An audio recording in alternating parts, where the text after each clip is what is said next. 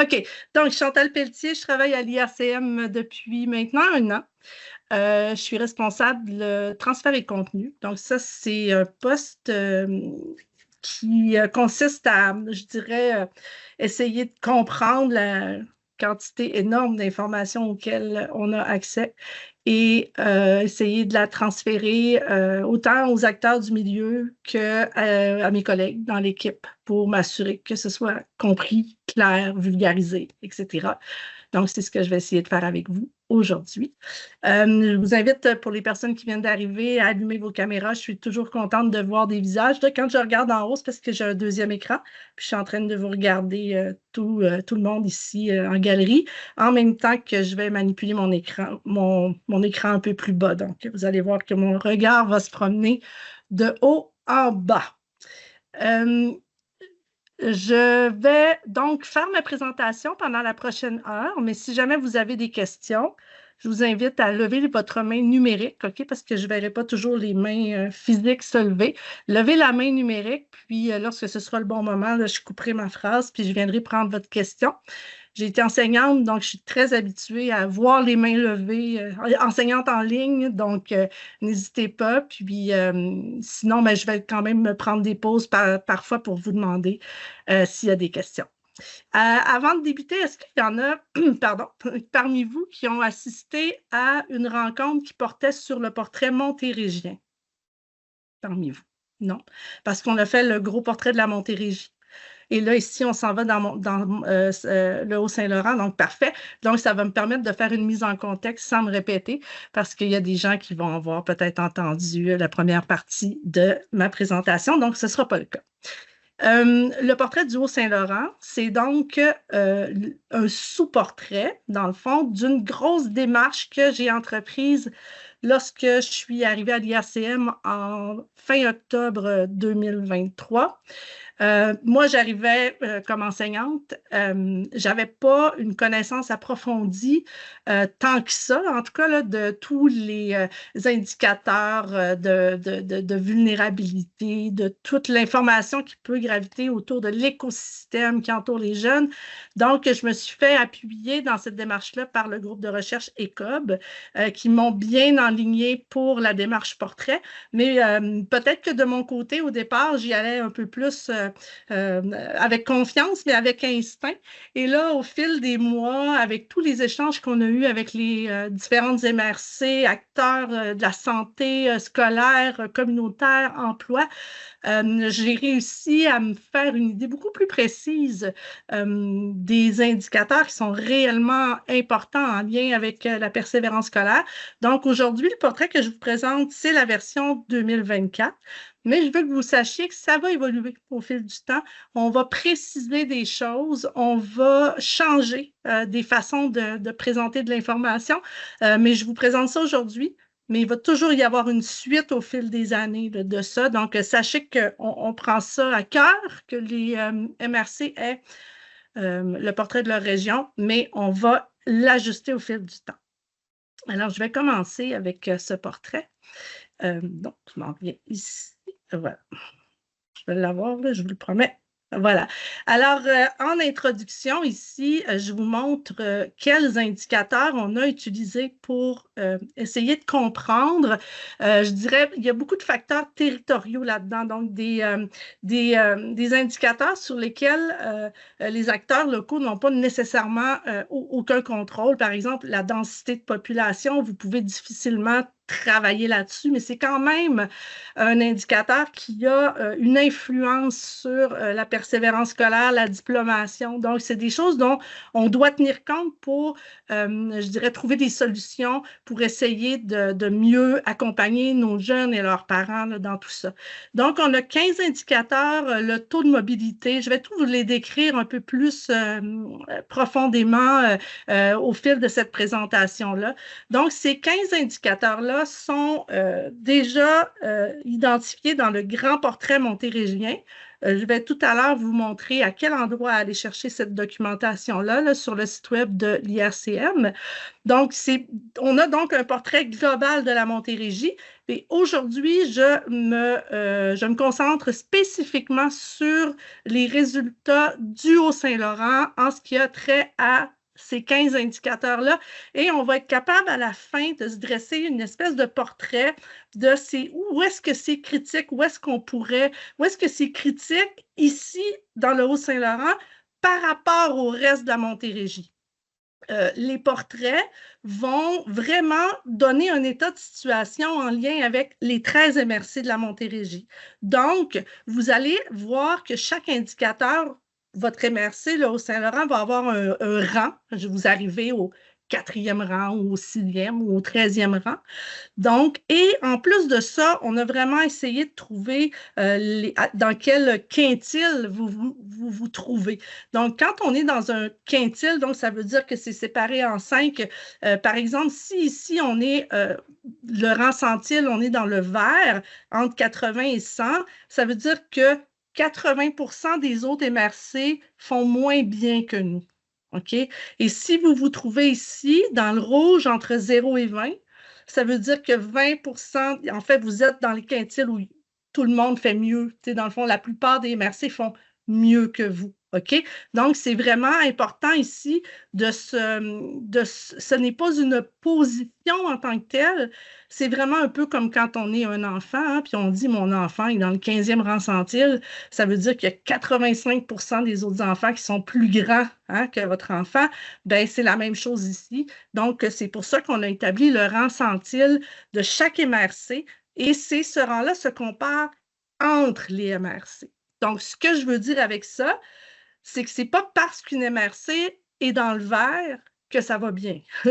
Donc, ce qu'il faut faire attention, c'est que si la MRC, elle est dans le vert, ça veut dire qu'elle performe mieux à cet aspect-là que les autres MRC de la Montérégie. Mais il y a quand même des problématiques et il faut vraiment se rappeler qu'il y a des problématiques même pour les MRC qui sont toutes dans le vert et il y a des problématiques évidemment pour les MRC qui sont dans le rouge. Est-ce que tout le monde me suit jusqu'à maintenant? Pas de questions? Je vois des têtes qui hochent. Parfait, je vois ça. C'est bon, j'aime ça. OK, donc je vais continuer un peu plus bas. Carte de la Montérégie pour vous montrer tout simplement, c'est une mise en bouche, je dirais, la population hein, en Montérégie. Donc, plus c'est foncé, plus il y a d'habitants. Le Haut-Saint-Laurent, vous êtes en bas ici, la région L. Et bien, L, dans ce graphique-là, vous êtes la seule MRC en Montérégie dont la population a baissé entre 2016 et 2021. La population a baissé de 1,1% dans le Haut-Saint-Laurent, comparativement à une Montérégie où la population a monté de 5,4%. Je le sais pour avoir discuté avec des gens de la MRC du Haut-Saint-Laurent que dans les dernières années, donc on sait que 2021, c'est le dernier recensement, donc dans les dernières années, il y a quand même eu une migration vers le Haut-Saint-Laurent.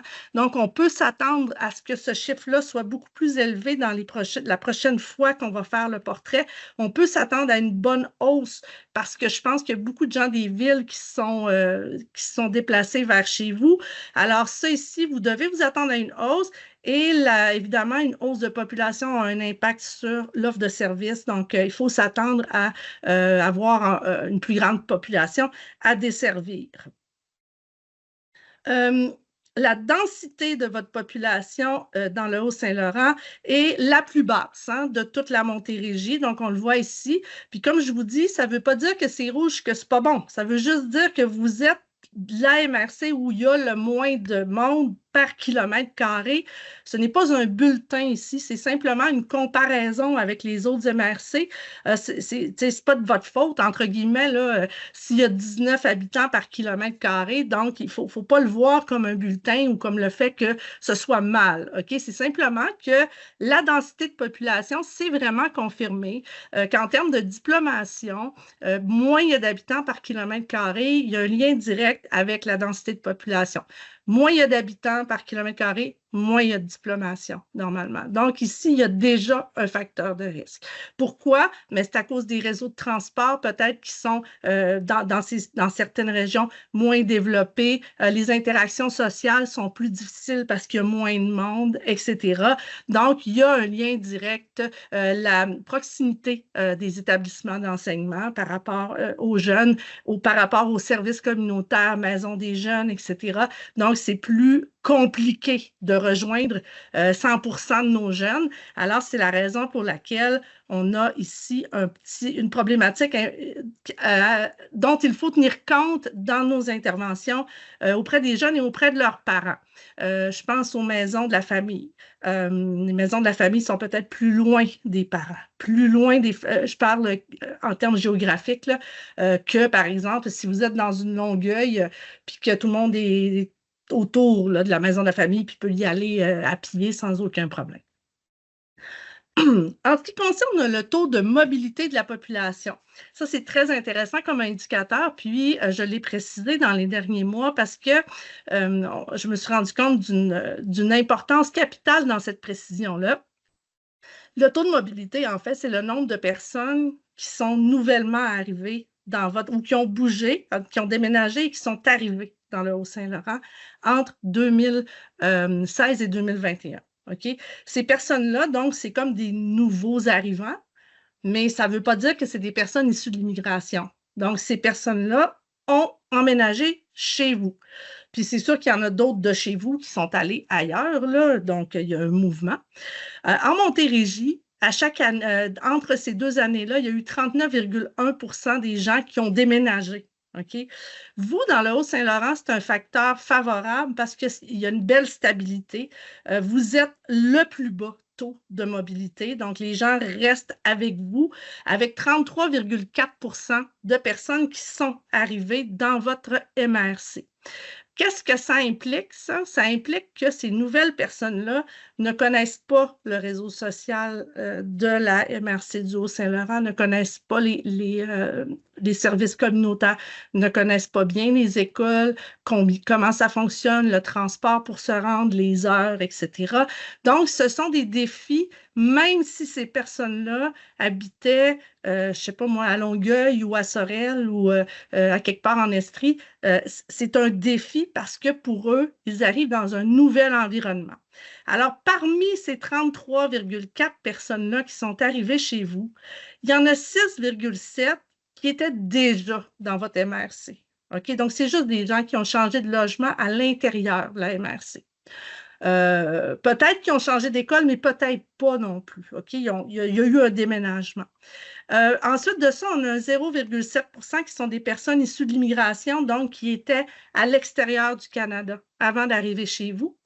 Et la majorité des gens ici sont des migrants internes. Ça veut dire qu'ils habitaient au Québec ou au Canada, mais pas dans votre MRC. OK? Donc, c'est ça que ça veut dire. Alors, on a quand même ici 26,1 plus 0,7, donc 26,8% de vos nouveaux arrivants qui n'étaient pas chez vous avant et qui ne connaissent pas bien le tissu social puis l'écosystème social qu'il y a autour d'eux. Et c'est pas, donc, ce que ça veut dire, c'est qu'il y a aussi, on doit aussi tenir compte dans nos interventions de ce 26,1 là ici, là. Pas seulement du 0,7 qui provient de l'extérieur du pays. Est-ce que tout le monde me suit là-dedans? Okay. Est-ce que ce sont des chiffres qui vous surprennent ou qui vous interpellent? Ça va? Pas de questions là-dessus. OK. Dans le Haut-Saint-Laurent, le nombre de familles, donc le taux de familles qui compte... Ah oui, je m'excuse. Allez-y, Sabrina. Oui, juste par rapport à ce que vous venez de dire au niveau de la mobilité. Dans le fond, ce chiffre-là ne comprend nullement les gens qui sortent du territoire. Parfait, je voulais juste être certaine. Ce sont les gens qui sont entrés, donc les nouvelles personnes, parce que ceux qui sont sortis sont comptabilisés dans une autre MRC ou dans une autre région du Québec comme étant des migrants là-bas. Okay? Donc, c'est la personne, elle habitait dans votre MRC au moment où elle a rempli le sondage, le recensement. Et lorsqu'elle a répondu à la question « Avez-vous avez-vous déménagé dans les 5 dernières années? Elle a dit oui, dans le fond. Donc, mais elle est chez vous au moment où elle répond au recensement. C'est une excellente question que je m'étais posée aussi, Sabrina, soit dit en passant. J'ai fait des recherches là-dessus parce que je n'étais pas certaine de... Mais c'est bien ça, elle habitait là.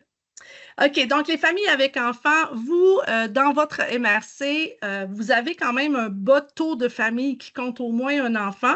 Vous êtes dans les plus basses de la Montérégie. Et parmi vos familles avec enfants, vous avez ce taux ici beaucoup plus élevé de familles monoparentales. Donc, 30,8% de vos familles avec enfants sont des familles monoparentales. Les familles monoparentales, c'est vraiment prouvé par plusieurs recherches et dans la littérature qu'un enfant, un élève, un étudiant qui provient enfin un élève, là, parce qu'on compare beaucoup les taux de diplomation au secondaire, qui est élevé dans une famille monoparentale, a un risque plus grand de ne pas diplômer. OK? Donc, c'est vraiment quelque chose dont il faut tenir compte.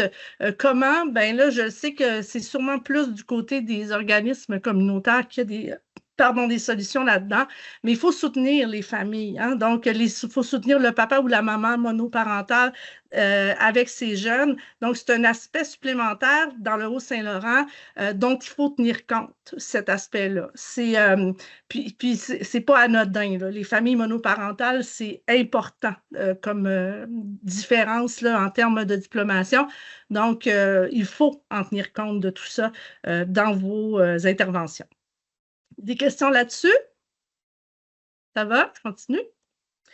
Le revenu et emploi, c'est drôle parce que celui-là, c'est un indicateur qui va probablement changer dans les prochaines éditions parce que souvent, la recherche va dire qu'un élève ou un enfant qui vient d'une famille défavorisée va avoir moins de chances de poursuivre ses études ou de diplômer.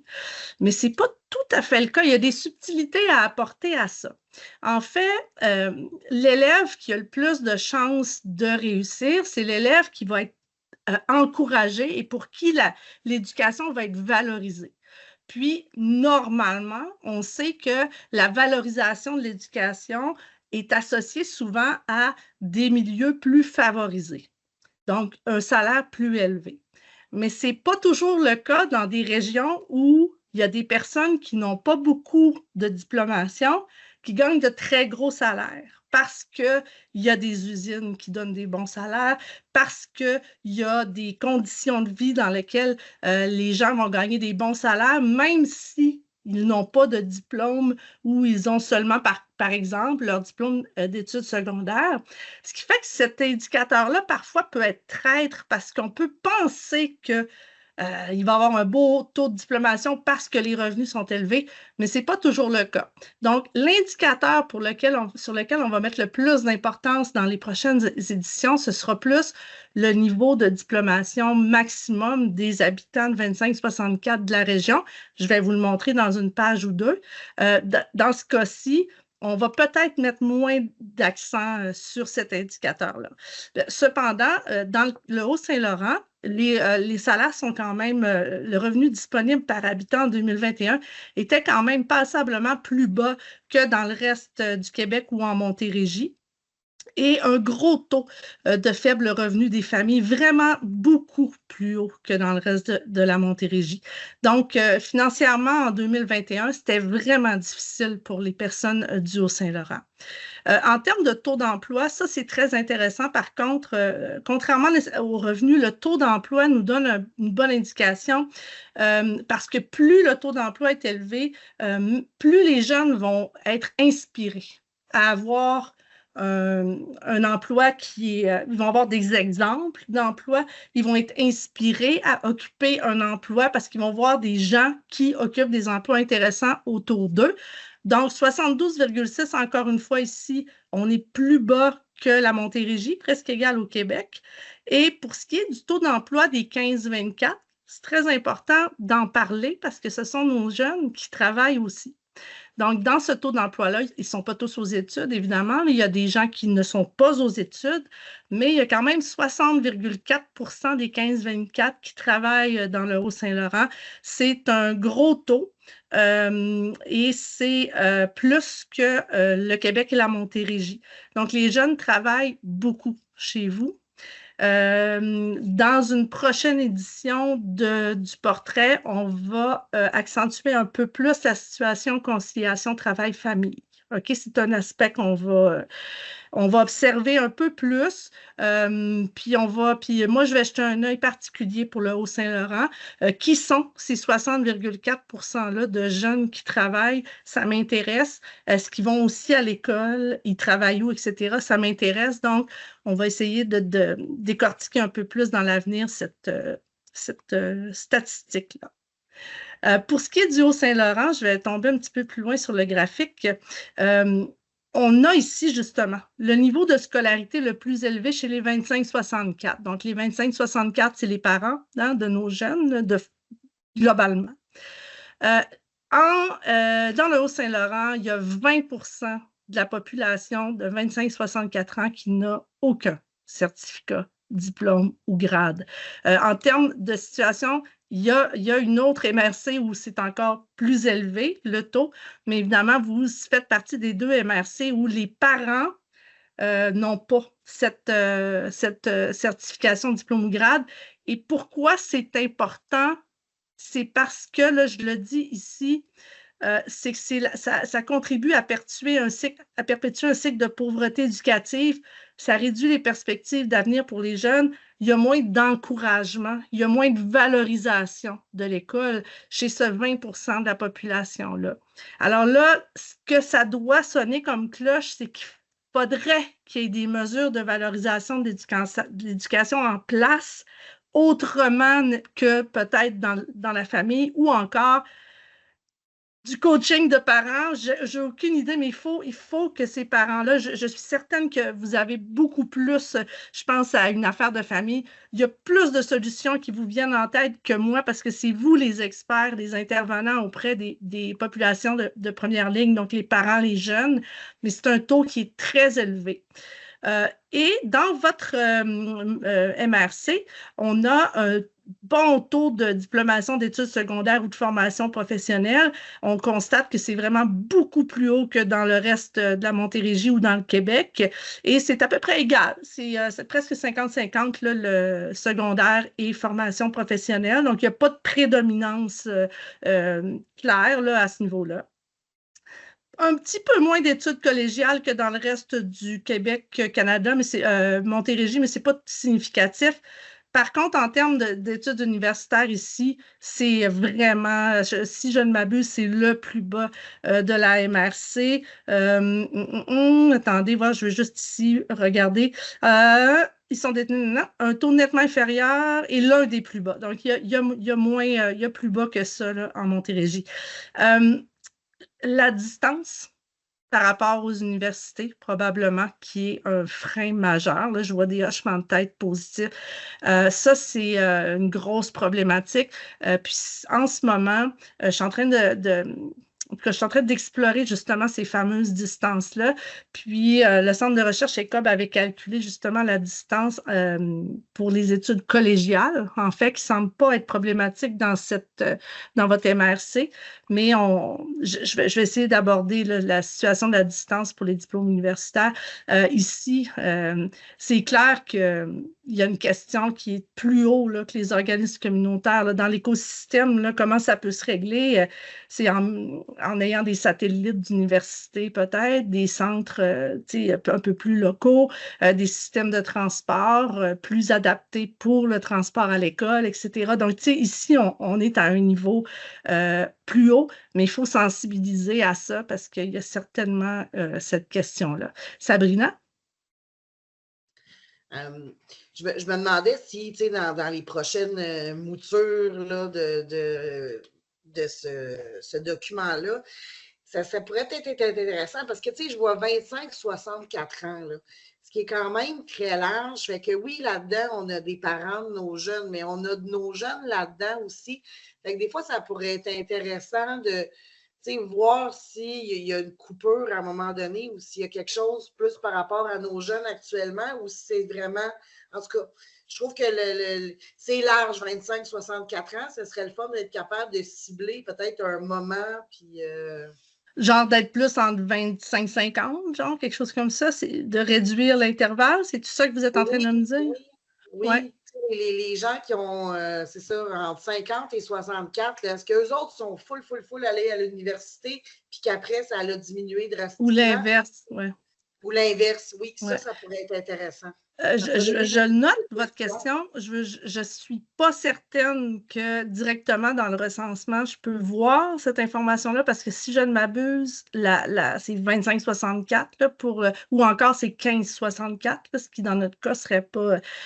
Mais je prends ça en note, puis moi aussi, ça m'intéresserait de voir justement cette progression-là. Mais j'imagine qu'avec le temps, là, au prochain recensement, si on en a un, en tout cas, au prochain recensement, probablement que ces chiffres-là vont baisser parce que la population vieillissante sort du 64 ans. Là. Donc, probablement que aucun certificat descendrait, à mon avis. Si aucun certificat monte, c'est que là, on a une problématique, c'est que c'est une population jeune qui n'a aucun certificat de diplôme. Donc, mais Sabrina, je note ça. Ça m'intéresse, moi aussi, d'aller voir ça. Il y a quelqu'un qui m'écrit ici. OK. Oui, ça va être en ligne. Il n'y a aucun problème, Valérie. Vous pourrez regarder ça d'ici la fin de la semaine sur le site web. Est-ce que vous êtes encore là, Valérie? Parce que je pourrais vous le montrer. Je voudrais le montrer tout de suite tandis qu'on est là. Alors, sur le site web de l'IRCM, c'est sous l'onglet Campagne, mercredi statistique, que vous allez trouver l'information sur tous nos prochains webinaires et voir en reprise et télécharger le portrait. Donc, vous allez pouvoir tout voir, tout télécharger. Le document que je vous présente aujourd'hui va être téléchargeable aussi à la suite, donc du webinaire. Alors, vous allez avoir tout ça à portée de la main. C'est noté pour tout le monde, d'après ce que je peux voir. Il y a des gens qui prenaient des notes. Et si le cœur vous en dit, vous pouvez vous abonner à notre infolettre ici avec le petit bouton en bas de la page. Ce sera... Merci beaucoup. C'est ça. Bonne journée, Valérie. Voilà. Alors, je continue. Il y avait une main levée. Sabrina, c'est une ancienne main, c'est ça? OK, parfait. Je suis certaine. On y va par ici. Donc, le niveau de scolarité, c'est noté. Ça m'intéresse aussi. En termes de diversité ethnoculturelle, ça, c'est quelque chose qui me donne un casse-tête depuis plusieurs mois parce que depuis que je suis à l'IRCM, on m'indique que, tout m'indique, en fait, pas on, mais tout m'indique que le fait d'avoir un fort taux de personnes issues de l'immigration dans une MRC ou dans une région contribue à favoriser le taux de diplomation.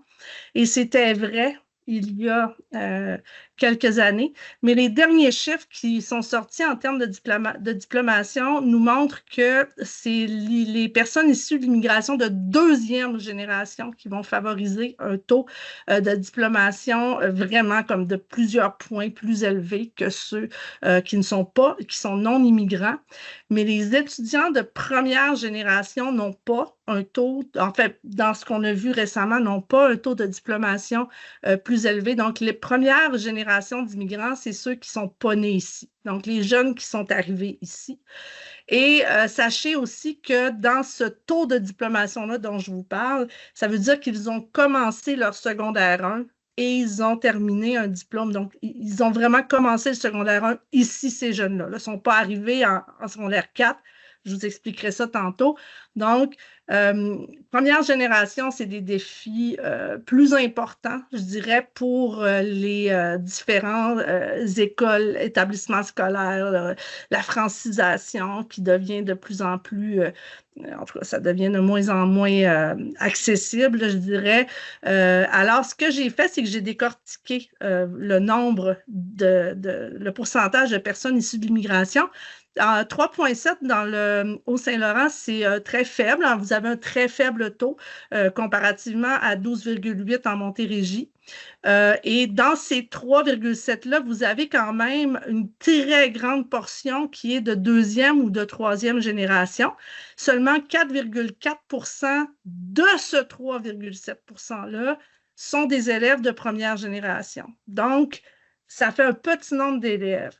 Peut-être que ces jeunes-là, étant donné, puis là, j'aimerais ça l'avoir en nombre, là, j'aimerais ça le compter en nombre, mais ça ne doit pas être beaucoup de jeunes. Ça doit être un petit chiffre, un petit nombre, parce qu'il n'y a pas tant de jeunes. Hein?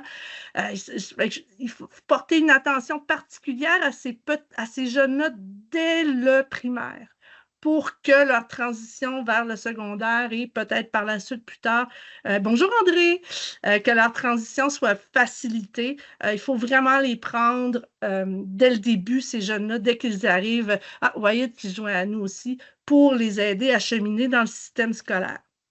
Ceci étant dit, dans le Haut-Saint-Laurent, parmi de ces 4 personnes, excusez-moi, ici, c'est intéressant, entre 2016 et 2021, les principaux pays d'origine des personnes qui sont arrivées chez vous, ça a été la France et le Royaume-Uni. Fait qu'on s'entend que la France, déjà en partant, ils parlent français, ça aide beaucoup. Il y a un choc culturel, mais bon, il y a la langue qui est là. Le Royaume-Uni, il parle anglais et dans le Haut-Saint-Laurent, c'est une MRC où l'anglais est très présent. Donc, il ne doit pas avoir un gros choc sur le plan de la langue. C'est plus un choc culturel dans leur cas, scolaire, etc. Donc, les soutenir à ce niveau-là. On m'a dit que dans les derniers mois, dans les dernières années, il y a eu une migration ou beaucoup plus d'immigrants, finalement, de personnes issues de l'immigration qui sont arrivées dans la MRC. Je n'ai pas les nombres en question. Ce que j'ai vu, c'était une hausse, mais pas si grande. Peut-être que ça paraît beaucoup parce que 1%, mettons, en Haut-Saint-Laurent, puis 1% à Longueuil, c'est pas le même nombre hein, de personnes qui arrivent, là, mais il y aurait eu une hausse là, dans les derniers mois. Mais soyez vraiment accueillants, je dirais, là, mais entourez beaucoup vos premières générations, les jeunes dès le primaire. Ça va vraiment, vraiment les soutenir. Puis par la suite, c'est ces élèves-là qui réussissent, puis qui s'installent, qui fondent des familles, ils valorisent beaucoup l'éducation, donc ça donne une chance de vraiment améliorer la performance de diplomation de votre région. On le voit ici, le taux de connaissance du français dans la MRC du Haut-Saint-Laurent, c'est le plus bas hein, parmi l'ensemble des MRC. Non seulement ça, mais on a aussi on a un 11,1% de personnes qui ne parlent que l'anglais. Et c'est le plus haut de la Montérégie. Ce que j'entends, c'est que ce n'est pas nécessairement une problématique parce que ce sont beaucoup des personnes qui sont nées ici au Québec, que le système scolaire anglophone est bien développé aussi, donc anglophone, francophone. J'entends donc dans les rencontres que ce n'est pas une problématique dans le Haut-Saint-Laurent. Donc, je le mets quand même ici comme étant un rouge, mais c'est à prendre avec un grain de sel. Je dirais que ce n'est pas une priorité là, à surveiller. Ce qui est une priorité chez vous, comme dans bien d'autres MRC, c'est le taux de littératie. Puis là encore ici, Sabrina, on a affaire à une population de 15 ans et plus, donc ça inclut tout le monde. Je ne pense pas que l'ECDEM donne un découpage plus précis, peut-être. OK, j'irai vérifier parce que je trouve ça intéressant. Évidemment que le taux de littératie, dans le fond, en bas du niveau 3, le niveau 3, c'est lire des textes denses ou longs, nécessitant d'interpréter et de donner du sens aux informations. Il y a 59% des gens dans le Haut-Saint-Laurent qui ne sont pas capables de faire ça. Ils sont capables de faire un lien dans un texte avec 2 informations ou plus. Comprendre des textes courts, ils connaissent le vocabulaire de base. Et ça, c'est excessivement important de le considérer dans les communications avec les parents, de l'école, des services communautaires, de n'importe où, même des services de santé, faire des petites vidéos, envoyer des très petits courts textes avec des listes à puces pour montrer l'information de la façon la plus claire possible. oubliez ça, les longs textes de 2 pages, ça ne fonctionne pas avec 59% de la population de 15 ans et plus. Alors, c'est important d'en tenir compte. Je ne sais pas pourquoi nous n'avons pas la donnée de 2016 pour le Haut-Saint-Laurent. Donc, mais on aura peut-être, on verra si la tendance est aussi à la baisse lors lors de la prochaine étude. Ça, c'est pas l'ECDEM, je m'excuse, l'ECDEM, c'est un peu plus bas, là. Lors de la prochaine, ça, c'est excusez, je vais le trouver, la Fondation pour l'alphabétisation. Ça a été mis à jour en janvier 2023, ça ici. Donc, important. Pas de questions là-dessus. Le taux d'enfants 0,5 ans en situation de faible revenu, je le répète, la situation de faible revenu ou de revenu élevé, ce n'est pas nécessairement l'indicateur avec lequel on va le plus travailler, c'est vraiment le taux de diplomation des parents. Par contre, particulièrement élevé dans le Haut-Saint-Laurent, 14,8. C'est le taux d'enfants en situation de faible revenu le plus élevé. La situation de faible revenu, le faible revenu est calculé par région. Donc, on se compare à nous-mêmes. Le faible revenu de Longueuil n'est pas le faible revenu que celui du Haut-Saint-Laurent, si je ne m'abuse. Là, il y a comme une comparaison locale. À quel point local, je ne sais pas si c'est dans la Montérégie ou dans la MRC qu'on se compare, mais si, par exemple, le revenu moyen dans la MRC du Haut-Saint-Laurent est de, je sais pas moi, 50 000, je dis ça, mais le faible, peut-être qu'à Longueuil, c'est 60 000, je dis n'importe quoi, là, mais le faible revenu, ça ne sera pas la même chose. Puis ça calcule également le nombre de personnes dans la famille. Ça tient compte de ça pour le faible revenu. Donc, plus il y a d'enfants, plus il y a de risques de faible revenu à salaire égal. Là. Donc, très haut en dans le Haut-Saint-Laurent. Et ici encore, on a un chiffre qui est inquiétant parce que vous avez également le moins grand nombre de places en service de garde dans le Haut-Saint-Laurent. Puis, pour en avoir parlé avec plusieurs personnes, avec quelques personnes des MRC, il y a de la demande. C'est pas parce qu'il n'y a pas de demande. OK? On pourrait dire, moi, les gens gardent leurs enfants à la maison, tout ça, puis il y a de la demande. Les parents veulent avoir des services de garde, il n'y en a pas. OK? Il n'y en a pas. Il y en a pour 40,6% des enfants. Il y a des centres de la petite enfance en majorité. Ça, c'est une bonne nouvelle parce que les centres de la petite enfance seraient reconnus pour offrir de meilleurs services que les services de garde privés, non subventionnés ou subventionnés et les milieux familiaux. Puis par chez vous, il n'y a aucun privé subventionné. Okay? Il y a seulement des garderies privées non subventionnées en très petit nombre et des milieux familiaux. Alors là, ici, il y a une place à combler. Il y a quelque chose à combler. Là. Fait que ça serait important. C'est vraiment prouver que l'accès à un centre de la petite enfance va permettre aux jeunes d'être moins vulnérables à son entrée à la maternelle. OK? Donc, la littérature le démontre. Donc, ce serait très important à considérer. Justement, parlons-en de la vulnérabilité. Là, je vous montre quelque chose, mais c'est pareil partout, OK, ou presque. Là, il y a quelques milieux où c'est pas tout à fait pareil. Là, je vais le grossir. Les domaines de vulnérabilité. Donc, ça, c'est une étude, je suis certaine là, que je vous la présente, mais que vous l'avez déjà vue, là, mais je vous l'explique là, en 2 secondes. C'est l'ECDEM, l'Enquête québécoise sur le développement des enfants à la maternelle.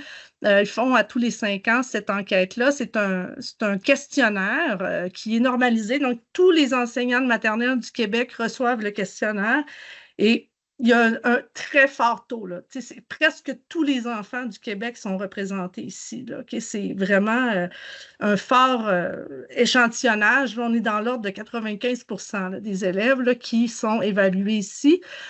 Et à chaque année, bon, en 2012, on a établi un seuil de qu'est-ce que c'est qu'un enfant qui est vulnérable. Et il y a des nombres ici qui nous montrent qu'en 2012, déjà dans la MRC du Haut-Saint-Laurent, compétences sociales puis habilité de communication, c'était 2 vulnérabilités un peu plus courantes hein, chez les jeunes de la MRC. Et que le taux net en 2012 de personnes d'enfants ayant au moins un domaine de développement vulnérable était de 36%. alors qu'on était à 24 et 25 là, pour le Québec et la Montérégie. Et tout ça, au fil des ans, a évolué, entre guillemets, et là, ça monte partout. OK? Là, ça monte chez vous, ça monte partout. OK? Faites-vous, tu sais, comme, sentez-vous pas coupable, ça monte partout. Là, en ce moment, la santé publique fait une grosse tournée à travers les régions, les CLSC, etc., pour informer sur les résultats de l'ECDEM, donner des pistes de solutions, monter de la concertation. Mais les efforts qui sont faits actuellement auprès des jeunes sont déjà énormes, mais il faut aller encore plus loin parce que cette vulnérabilité-là va se traduire par un taux de diplomation de plus en plus faible au fil des années. OK? C'est vraiment... en fait, moi, ce que j'aimerais, c'est qu'on ait le pourcentage de vulnérabilité dans 2 domaines de développement. On l'a, mais au niveau Montérégie, on ne l'a pas pour chaque MRC. Parce que les enfants qui sont vulnérables dans 2 domaines sont vraiment, vraiment plus à risque que ceux qui le sont dans un domaine. Moi, il me semble que le 2 domaines est un nombre qui me parlerait plus, mais bon, c'est la vie. Ils ne l'ont pas.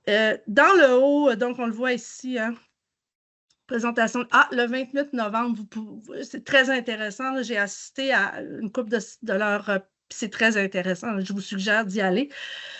Là, il y a une hausse absolument hallucinante ici avant 2021. J'ai très, très hâte de voir les chiffres de 2027 parce que il y a quelque chose qui s'est passé ici, puis on ne sait pas quoi, puis peut-être que l'ECDEM du 28 novembre, justement, Sabrina va pouvoir vous éclairer un petit peu plus ici, aller plus en détail, mais c'est vraiment quelque chose d'intriguant ici, là, cette hausse majeure auprès des enfants de maternelle 5 ans. Ouais, je suis correcte, ça va, je suis dans mes temps. Pas de questions? OK. L'IMSE, vous connaissez l'indice. Donc, l'IMSE, ça, je vais juste le dire ici, indice de milieu socio-économique. Donc, ça classe les écoles hein, sur une échelle de 1 à 10. Ça tient compte de la proportion de familles avec des enfants dont la mère n'a pas de diplôme. Ici, on parle de la mère seulement parce qu'il semble que le fait que la mère ait un diplôme est encore plus pesant que le père et la mère, parce que c'est souvent la mère qui accompagne l'enfant dans son cheminement scolaire. Donc, c'est souvent ça. Donc, ça compte pour le 2/3 du poids de l'indice. Et l'autre tiers, c'est les parents qui n'ont pas d'emploi. Donc, ça devient des milieux pour eux qui sont plus à risque. Les écoles qui sont classées entre 7 et 10 sont considérées par le ministère comme étant des milieux plus défavorisés. En fait, la vraie échelle, c'est entre 8 et 10, que c'est vraiment un milieu défavorisé. Ils ont inclus les élèves de 7 parce qu'ils se sont rendus compte qu'il y avait les mêmes problèmes de diplomation en bout de ligne. Là. Donc, ils ont inclus les 7 à 10, le gouvernement, dans leurs mesures particulières pour aider à la réussite des élèves. Et dans la MRC du Haut-Saint-Laurent, 100% des écoles primaires et secondaires se situent dans les rangs de 7 à 10, ce qui représente 100% des élèves de la MRC. OK? Mais la bonne nouvelle là-dedans, c'est qu'il y a des mesures supplémentaires, puis il y a de l'argent qui est investi pour voir qu'est-ce qu'on fait avec ça, les mesures particulières, c'est quoi? Voilà, il faut, mais vous avez droit à ces mesures-là, donc peut-être s'y attarder et voir ce qui est possible de faire. Les élèves en situation de handicap, donc ce n'est pas vous n'êtes pas la MRC où il y en a le plus. Situation de handicap ou d'adaptation d'apprentissage, on parle aussi des élèves TDAH, de l'autisme, pas seulement des élèves en fauteuil roulant, là, comme il est démontré ici dans l'image. Donc, ce sont des élèves dont le taux de diplomation est vraiment, vraiment, vraiment moins élevé que le seuil. Si je pense, par exemple, ici dans le Haut-Saint-Laurent, puis si on dit que c'est 76% votre taux de diplomation, ben, les élèves HDA, ça serait 50, 56. Ce serait 20% de moins là, que la proportion. Donc, vous avez un nombre qui est plus élevé, mais qui est quand même pas le plus élevé. C'est simplement de ne pas oublier ces élèves-là dans vos mesures parce que ces élèves-là ont besoin évidemment de beaucoup d'accompagnement et pour les amener vers un diplôme qualifiant. Oui, Julie? Faudrait pas conclure si vite qu'on n'est pas si bas que ça, parce que souvent, pour qu'il y ait un diagnostic à EHDA, faut que le parent ait vu un professionnel de la santé. Souvent, ça va se faire au privé, puis c'est très coûteux. C'est vrai. Donc, on peut prétendre que probablement, on a vu tantôt là, que nous, les familles sont très pauvres. On peut prétendre que le taux réel serait plus élevé que ça si tout le monde avait les moyens d'aller chercher le diagnostic. C'est exactement, oui, absolument. Puis, vous savez, ce qui est intéressant, c'est que de plus en plus dans les écoles, en fait, je pense au cégep, où il fallait avoir le diagnostic auparavant pour avoir des mesures d'accompagnement. Dans plusieurs cégeps, ils ont enlevé cette contrainte-là parce que les élèves ont trop besoin d'aide et que même si le diagnostic n'a pas été posé, souvent, justement, parce qu'il faut aller au privé, ben l'aide est là quand même. Dans les cégeps, en tout cas, je ne sais pas si c'est le cas, comment ça se passe dans les secondaires, les écoles secondaires ou primaires. Je sais que les ressources sont extrêmement difficiles à avoir. Là. Je pense en orthopédagogie, je pense à l'accompagnement psychologique, il manque de personnel.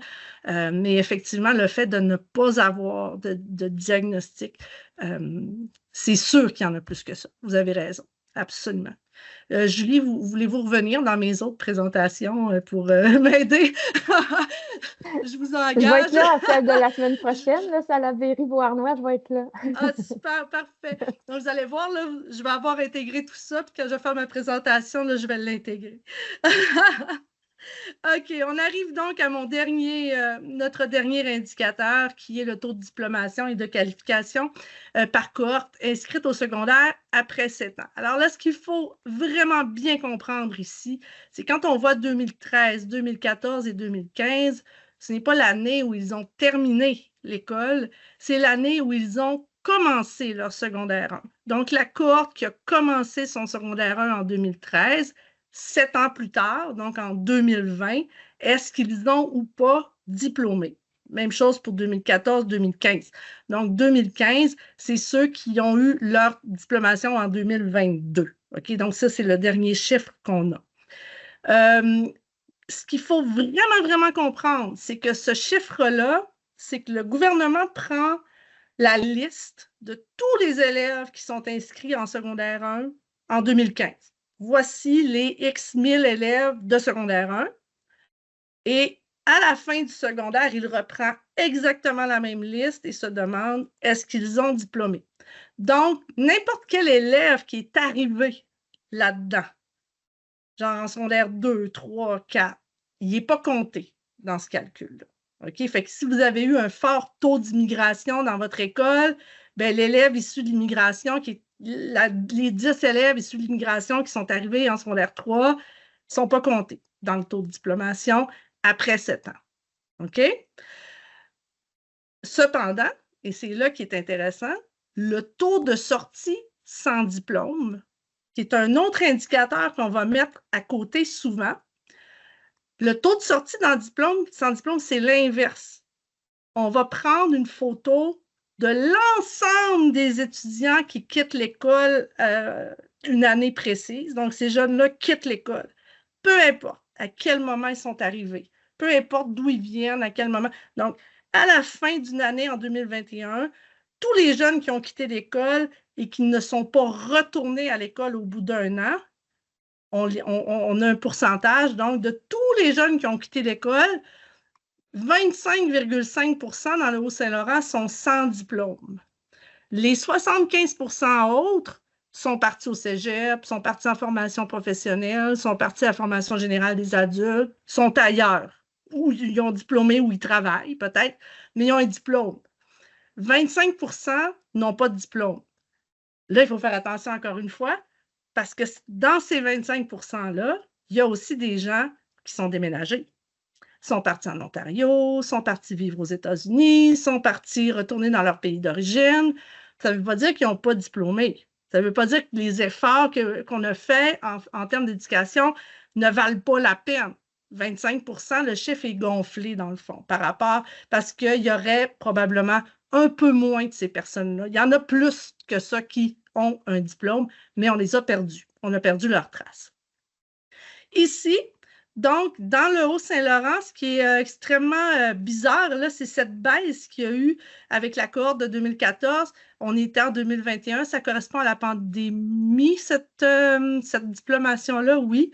Donc, ce n'est pas si bizarre que ça. On a donc une baisse de diplomation pendant la pandémie, mais un beau rattrapage. Vraiment, là, après, donc pour la cohorte qui a terminé en 2022, c'est vraiment un gros 6 points de pourcentage de plus. C'est excellent. C'est vraiment une belle progression. Même si ça n'atteint pas encore les niveaux de la Montérégie. Mais moi, ce qui m'impressionne, c'est que malgré tous les défis, tous les facteurs territoriaux qui ne sont pas nécessairement en faveur d'un fort taux de diplomation, la MRC du Haut-Saint-Laurent n'est pas la MRC où ça diplôme le moins. Ça va bien par rapport à ce que ça pourrait être, parce que, bref, il doit sûrement avoir un beau travail de la part des acteurs du milieu. Donc, chapeau, on ne lâche pas, OK? Ce qui est très perturbant, cependant, c'est l'écart de diplomation filles-garçons. OK? Ça ne fait qu'on a eu 8,2 ici pour la cohorte 2013. Ça avait baissé parce que, voyez-vous, ici, en 2021, c'est vraiment les filles qui n'ont pas diplômé. Les garçons, ça s'est baissé un petit peu, mais les filles, il y a vraiment eu une baisse. Et là, ça a remonté, les filles se sont repris, bang, et là, il y a 10,2 points d'écart, 10,2 points de pourcentage d'écart entre la diplomation des filles et des garçons. Les garçons vont-ils travailler dans l'agriculture? Il me semble que le Haut-Saint-Laurent, c'est un milieu rural. Que font les garçons? Est-ce que ce sont plus des garçons qui sont dans ce 25,5? Je pourrais le décortiquer aussi, celui-là. Je pense que je peux trouver. Il y a quelque chose. Puis, même si le taux de diplomation monte, préoccupez-vous de vos garçons du secondaire. Il se passe quelque chose là. Mais ça, je pense que je n'ai pas besoin de vous le dire. Vous le saviez. Alors, ici, c'est notre tableau finish. Et c'est sur ce tableau-là, éventuellement, que j'ai envie de progresser au fil du temps. Donc, dans les prochains, il va y avoir des indicateurs différents, là, ça, je vous l'ai dit, mais dans la mesure du possible, on va essayer de rétablir notre comparaison avec ce qui s'est passé en 2024 et on va comparer votre progression. Donc, c'est-à-dire, à partir du prochain portrait, c'est la progression, le changement par rapport à l'état d'origine qui va être marqué ici et non pas, pas nécessairement seulement une recomparaison entre nous. C'est important qu'on voit la progression dans nos indicateurs. Alors, je ne sais pas encore comment ce sera illustré, mais peut-être qu'au moins d'un coup d'œil comme ça, vous avez vos chiffres. Vous pouvez garder ça pas très loin, puis vous rappeler que ces indicateurs-là, même s'ils ne sont pas directement liés à côté du jeune en tant que tel, ils ont un impact. Je voulais vous dire quelque chose. Oui, toutes les notions non plus qui ne sont pas dans le portrait et que j'aimerais aborder, c'est les notions de santé mentale qui sont gros enjeux là, actuellement. Conciliation études-travail, je pense que je vous en ai parlé. Il y a d'autres considérations aussi, la distance vers les cégeps. Il y a aussi, saviez-vous qu'il y a une forte corrélation entre le taux de diplomation et l'année de construction des maisons. Donc, plus le quartier est vieux, plus ça diplôme. Parce que, puis là, d'après ce que les recherches disent, c'est que plus on vit dans un vieux quartier, plus le tissu social est fort. Mieux les organismes sont installés, plus les gens se connaissent, plus il y a une communauté versus des maisons récentes où les gens ne se connaissent pas, il n'y a pas rien vraiment qui est établi, etc. Donc, on va peut-être explorer ça aussi dans les prochains portraits. Là. Il y a des choses qui me qui me parle là, dans ces derniers mois et j'ai envie d'aller un peu plus loin. 2 minutes. Est-ce que vous auriez d'autres questions avant qu'on se quitte? Oui, Sabrina. Ben moi, c'est sur le tableau de bord là, que vous présentez là. Est-ce qu'il est disponible à quelque part? Il est sur le site aussi au même endroit? Exact. En fait, c'est qu'il va l'être là, à midi quand je vais quitter. Là, mon collègue des communications, là, dans le courant de l'après-midi, va faire la même chose. On va avoir le bouton « Voir en reprise » et télécharger le portrait. Donc, vous pourrez le faire. C'est parce qu'on me demande en même temps à quel moment. Moi, la vidéo, je vais peut-être avoir un petit peu de montage à faire au début parce qu'il y a des choses qui sont peut-être dites et qui ne sont pas importantes pour l'enregistrement. Mais je sais que mes collègues sont assez rapides. Je ne peux pas parler à leur place, mais c'est sûr que d'ici la fin de la semaine, tout est là, peut-être même beaucoup plus rapidement. Fait qu'allez faire un petit tour de temps en temps pour jeter un œil. Puis profitez-en s'il y a d'autres portraits qui vous intéressent, donc pour vous inscrire là, à tous ces webinaires-là. Pardon, Sabrina, c'était ça, il n'y avait pas d'autres questions. J'ai juste un autre petit, parce que je fais partie du comité qui fait la présentation de l'ECDEM pour le Haut-Saint-Laurent. Et je trouve que c'est un beau document à afficher un peu dans la salle, laisser traîner sur les tables. C'est correct avec vous, ça, je peux faire ça, là, parce que je trouve que c'est des chiffres qui sont assez éloquents. Là. Absolument. Puis en fait, vous l'avez en primeur parce qu'on l'a présenté à quelques reprises à certains acteurs de la MRC, mais c'est la première fois qu'on le diffuse publiquement. Là. Ça va être la première fois qu'il va être déposé sur notre site Web. On voulait parler aux gens avant. On voulait vraiment aussi insister sur le fait que ce n'est pas un bulletin, hein, que c'est vraiment un portrait d'une situation en ce moment.